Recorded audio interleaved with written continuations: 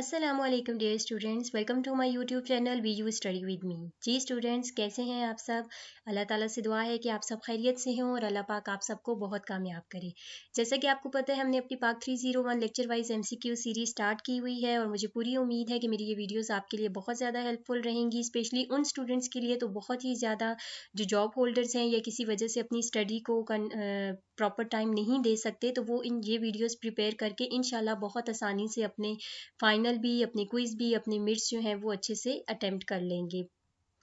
चलते हैं अपनी वीडियो की तरफ। लेक्चर नंबर 19 है आपका, मोस्ट इंपॉर्टेंट लेक्चर है 1956 कॉन्स्टिट्यूशन। ठीक है, 1956 आइन। ये वैसे आप लोग अपनी जो प्रीवियस क्लासेस हैं उनमें आपने पढ़ा होगा, काफ़ी नॉलेज होगी, तो ये आप लोगों का काफ़ी इंपॉर्टेंट है। फर्स्ट MCQ है, द कॉन्स्टिट्यूशन ऑफ 1956 है डैश आर्टिकल। अब जो 1956 का आइन है उसमें जो आर्टिकल्स थे वो कितने थे, 234 आर्टिकल्स थे। और आपने ये भी याद रखना है कि इसके शेड्यूल कितने थे, 6 शेड्यूल थे। ठीक है, वो या तो आपको ये पूछ सकते हैं या आपको ये पूछ सकते हैं, या कॉन्स्टिट्यूशन ऑफ 1950 मतलब ये आपको दे देंगे कि 234 आर्टिकल्स एंड 6 शेड्यूल्स ये किस कॉन्स्टिट्यूशन में थे, तो वो आप फिर उसको सिलेक्ट करेंगे 1956। ठीक है, MCQs को अच्छे से समझ के प्रिपेयर किया करें ताकि आप लोगों को इससे रिलेटेड जिस टाइप का भी MCQ आए आप उसे सॉल्व कर लें। According to dash constitution the name of the country was declared Islamic Republic of Pakistan. किस कॉन्स्टिट्यूशन के अकॉर्डिंग था, 1956 के अकॉर्डिंग था। ये आपको पास्ट में भी पूछा गया है। अब यहाँ पे आपको यह है कि या वो पूछ लेंगे कि जो कंट्री किस कॉन्स्टिट्यूशन के अकॉर्डिंग जो कंट्री का नेम था वो इस्लामिक रिपब्लिक ऑफ पाकिस्तान था, या फिर ये पूछ लेंगे कि इस्लामिक रिपब्लिक ऑफ पाकिस्तान जो है वो ये 1956 के अकॉर्डिंग इस कंट्री का नेम क्या था, सॉरी। ठीक है, इस तरह से मतलब कुछ भी आपको बना के पूछ लेंगे, पास्ट में आपके आया हुआ है। नेक्स्ट चलते हैं। According to 1956 constitution, executive authority vested in the president who exercised it on the advice of the dash except in the matters he had discretion. अब जो 1956 का आइन है उसके अकॉर्डिंग जो एग्जीक्यूटिव अथॉरिटी थी वो किसके सदर को दी गई थी। ठीक है, और सदर इसको किसके मशवरे से इस्तेमाल करता था, PM के मशवरे से, सवाए कुछ जो हैं वो मैटर्स के अलावा जो बाकी मामलात हैं उनको PM के मशवरे से प्रेसिडेंट इसको इस्तेमाल करता था। ठीक है, ये आपने यहाँ पे याद रखना है क्योंकि ये इम्पॉर्टेंट है। ये कि स्टेटमेंट एज इट इज़ ना भी आई तो आपको इससे रिलेटेड कोई भी कॉन्सेप्ट सा बना के आपको स्टेटमेंट चेंज करके दे देंगे।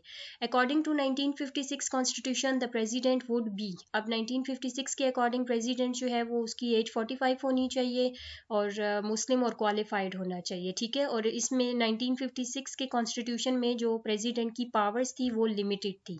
ठीक है, ये मैंने साथ लिख दिया है अगर ये आ जाए तो आपको पता हो। नेक्स्ट है, under 1956 constitution the president was to be elected. अब 1956 के जो कॉन्स्टिट्यूशन है उसके अंडर में प्रेसिडेंट जो है वो प्रेसिडेंट को कौन जो है वो इलेक्ट करता था, नेशनल असम्बली और प्रोविजनल असम्बली। ये आपने याद रखना है, ये भी आपका पास्ट में आया और ये एज इट इज़ ही आपको पास्ट में आया हुआ है। ठीक है, 1956 के अकॉर्डिंग प्रेसिडेंट जो है वो नेशनल असम्बली और प्रोविजनल असम्बली के जरिए इलेक्ट किया जाता था। Prime minister would be appointed by. अब प्राइम मिनिस्टर को कौन अपॉइंट करता था, प्रेसिडेंट। ये भी आपका पास्ट में पूछा गया है। According to 1956 constitution who was responsible to NA।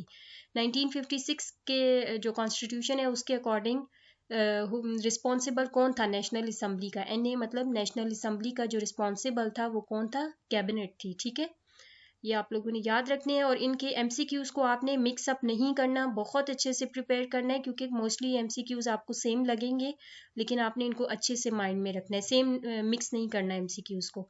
PM was the head of government assisted by cabinet. अब इसमें आपके ये 3 MCQs हैं। एक तो क्या है कि PM क्या था, ये हेड था गवर्नमेंट का और इसको असिस्ट कौन करता था, कैबिनेट करती थी। ठीक है, अब मे बी ये फुल आपको आ जाए एज इट इज़, या वो आपसे PM पूछ लें कि PM क्या था, वो हेड था। ठीक है, और असिस्ट किसने किया था, कैबिनेट ने। ये भी आपका पास्ट में आया हुआ है। National assembly was the only house of parliament having a membership of dash plus 10 women seats. अब इसमें कितनी सीट्स थी, 300 सीट्स थी। ठीक है, national assembly was the only house of parliament. अब NA was the only house of parliament और इसमें मेंबरशिप जो थी वो कितनी थी, 300 प्लस थी और 10 वुमेन सीट्स थी। वन हाउस पार्लियामेंट क्या है, प्रेसिडेंट कुड रिटर्न, रिजेक्ट और sign the bills. All legislative powers were vested with NA could control the executive. Method of direct elections was adopted for general seats. ठीक है, या one house parliament में ये तमाम points आपके शामिल हैं, इनको अच्छे से प्रिपेयर कर लें, शॉर्ट में भी आपसे पूछे जा सकते हैं. Constitution of 1956 provided 3 list. अब एक तो आपको याद हो कि ये कितनी लिस्ट प्रोवाइड कर रहा है, 3. ठीक है, कौन कौन सी है, फेडरल है, प्रोविजनल है, कंकरेंट है.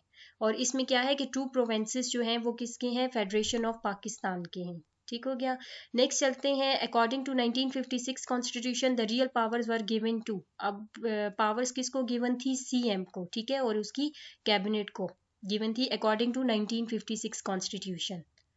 नेक्स्ट चलते हैं. सिक्योरिटी और economic life was under threat for external और इंटरनल रीजंस. ये अब आपके क्लॉज हैं. अब इसमें से मे भी आपको आ जाए, मुझे वही है कि मैं छोड़ना नहीं चाह रही थी आपके लेक्चर्स में से कोई भी चीज़, तो इसलिए मैंने यहाँ पे आपका ये लिख दिया. ये क्लॉज कौन सा है, 191. इसके मुताबिक सिक्योरिटी और इकोनॉमिक लाइफ जो है वो was under threat for external और इंटरनल रीजंस थी.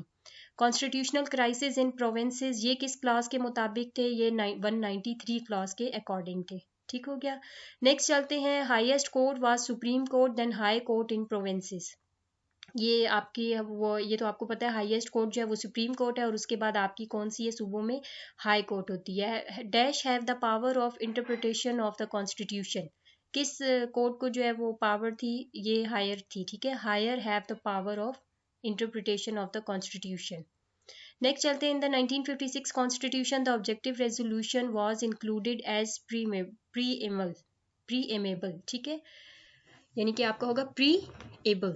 तो ये आपका हो गया यस, और ये आपका पास्ट में आया हुआ है. पास्ट में आपको इस तरह the 1956 constitution the objective resolution was included as, ये चीज़ आपको पूछी गई है पास्ट में, कि इसके साथ आपको 3 ऑप्शंस और दिए हुए हैं. ऑब्जेक्टिव रेजोल्यूशन ऑप्शन में है कि कौन सी चीज़ इसमें जो है वो शामिल है, तो ये आपकी ऑब्जेक्टिव रेजोल्यूशन है.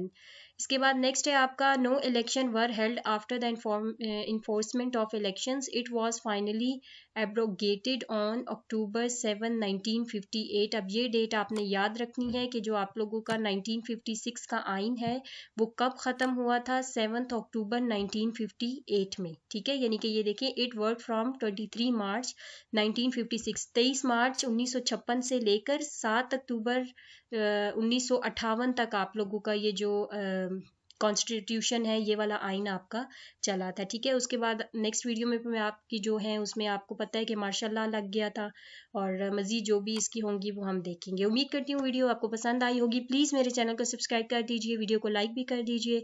मिलते हैं नेक्स्ट वीडियो में. अल्लाह हाफिज़.